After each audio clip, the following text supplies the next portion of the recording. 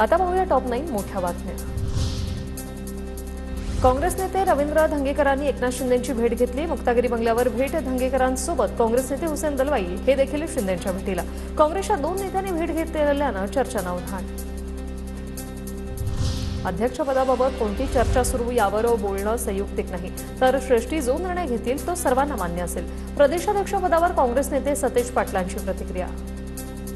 सुरू आहे काही नाही सुरू आहे, जाहीर बोलणं संयुक्तिक नाही आहे। पक्षश्रेष्ठी जो निर्णय घेतील तो सगळ्यांना त्या ठिकाणी मान्य असणार।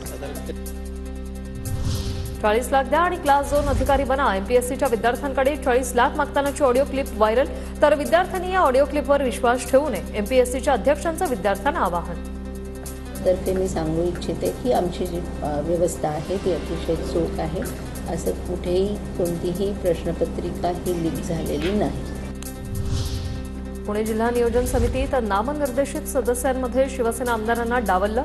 सदस्यपदी भाजप अजित पवारांच्या आमदारांची वर्णी। सरकारने काढलेल्या जीआरचा अभ्यास करून भाष्य करेन, शिवतारेंची प्रतिक्रिया। मुंबईच्या दादर माहीम प्रभादेवी परिसरात एकनाथ शिंदेंची पाहणी दौरा। तर मी सामनाच्या अंगणात आलो पण सामना करायला आलो नाही, उद्धव ठाकरेंवर निशाणा साधत शिंदेंचं मिश्किल वक्तव्य। मी सामना करायला नाही आलो, मी लोकांच्या समस्या सोडवायला आलो। मी सामना करायला नाही आलो, मी लोकांच्या समस्या सोडवायला आलो। उद्धव ठाकरेंनी जय भवानी जय शिवाजी घोषणा सोडून सोनिया गांधी जिंदाबाद असं बोलायला सुरुवात केल्यानं अधोगती।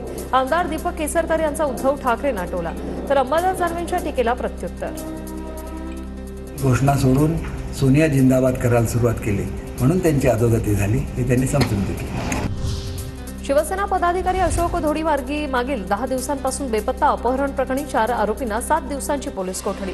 मात्र अशोक धोडींचा सख्खा भाऊ अविनाश धोडी फरार।